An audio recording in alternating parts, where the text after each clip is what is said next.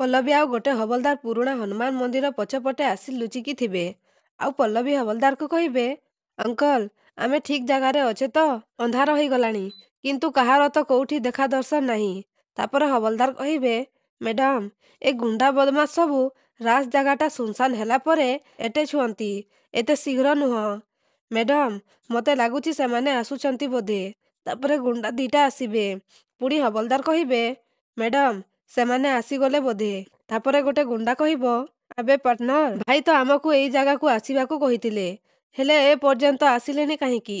ତାପରେ ଗୋଟେ ଗୁଣ୍ଡା କହିବେ, ରହ ମୁଁ ଫୋନ ଲଗଉଛି। ତାପରେ ଫୋନ ଲଗେଇବେ ଆଉ କହିବେ, ଫୋନ ତ ରିଙ୍ଗ ହେଇ କଟିଗଲା ଭାଇ। ତାପରେ ଆଉ ଗୋଟେ ଗୁଣ୍ଡା କହିବ, ହାଁ, ଭାଇ ବୋଧେ ବାଇକରେ ଆସୁଛନ୍ତି। ଟିକେ ଅପେକ୍ଷା କର, ଆଉ ଟିକେ ଧୈର୍ଯ୍ୟ ଧର। ତାପରେ ହବଲଦାର କହିବେ, ମ୍ୟାଡାମ, ଏଇ 2 ଜଣକୁ ମାଡ଼ି ବସିବା। ତାପରେ ପଲ୍ଲବୀ କହିବେ, ନାଇଁ, ଏ 2 ଜଣ ମେନ୍ ଆସାମୀ ନୁହନ୍ତି। ସେ 2 ଜଣ ଆସିଲା ପରେ ଆମେ ଏକାଥରକେ ଆରେଷ୍ଟ କରିବା। ତାପରେ ସେ ଗୁଣ୍ଡା କହିବ, ଆବେ ପାର୍ଟନର, କାହାର ଗୋଟେ ସାଉଣ୍ଡ ଶୁଣି ପାରିଲୁ? ତାପରେ ଆଉ ଗୋଟେ ଗୁଣ୍ଡା କହିବ, ନାଇଁ ତ, ମତେ କିଛି ଶୋଭା ଦେଇନି।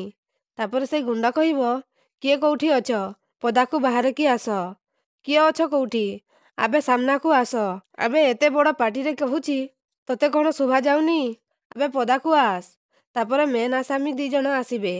ଆଉ ଗୋଟେ ଆସାମୀ କହିବ, ଆବେ ବୋଲେ, ଆରେ କାହାକୁ ଦେଖି ଏମିତି ଡରୁଛୁ? ଏଠି କେହି ନାହାନ୍ତି, ଆମେ 2 ଜଣ ଆସିଛୁ।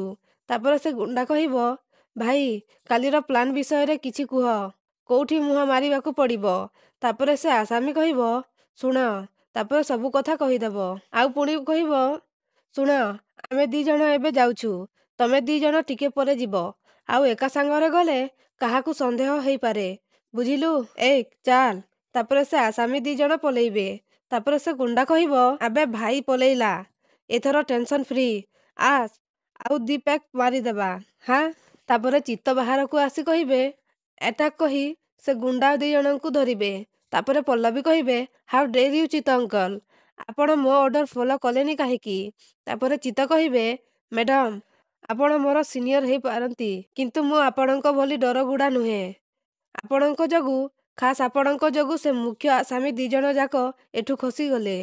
ତାପରେ ପଲ୍ଲବୀ କହିବେ, ହାଉ ଡେର୍ ୟୁ, ଆପଣ ମତେ ଡରପୋକ କହିବା ପାଇଁ ସାହସ କଲେ କେମିତି?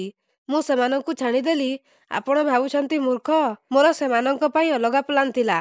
ଆମେ ସେମାନଙ୍କର ସବୁ ପ୍ଲାନ୍ ଶୁଣି ସାରିଥିଲେ। ସୋ ମୁଁ ଚାହୁଁଥିଲି ଆମେ କାଲି ସେମାନଙ୍କୁ ଅନ୍ ସ୍ପୋଟ୍ ଧରିଥାନ୍ତେ। ଏବେ ଆମ ପାଖରେ କୌଣସି ହତିଆର ନାହିଁ। ଯଦି ସେମାନଙ୍କ ପାଖରୁ ବନ୍ଧୁକ ବାହାରିଥାନ୍ତା, ତାହେଲେ କ'ଣ ପରିସ୍ଥିତି ହେଇଥାନ୍ତା? ଏମାନଙ୍କ ଭିତରୁ କାହାର ଯଦି ଜୀବନ ଚାଲି ଯାଇଥାନ୍ତା, ତାହେଲେ ସେଥିପାଇଁ ଦାୟୀ ହେଇଥାନ୍ତା କିଏ? ତାପରେ ଚିତ୍ତ କହିବେ, ମ୍ୟାଡାମ, କାଲି ଆମେ ସେ 2 ଜଣଙ୍କୁ ଧରିଥାନ୍ତେ, ତାର କିଛି ଗ୍ୟାରେଣ୍ଟି ଅଛି? ତାପରେ ପଲ୍ଲବୀ କହିବେ, ଗ୍ୟାରେଣ୍ଟି ହେଉଛି ସେମାନଙ୍କର ପ୍ଲାନ୍ ଚିତ୍ତ ଅଙ୍କଲ। ମୁଁ ହୁଏତ ନୂଆ ହେଇଥାଇପାରେ, କିନ୍ତୁ ମୁଁ ବୋକା ନୁହେଁ।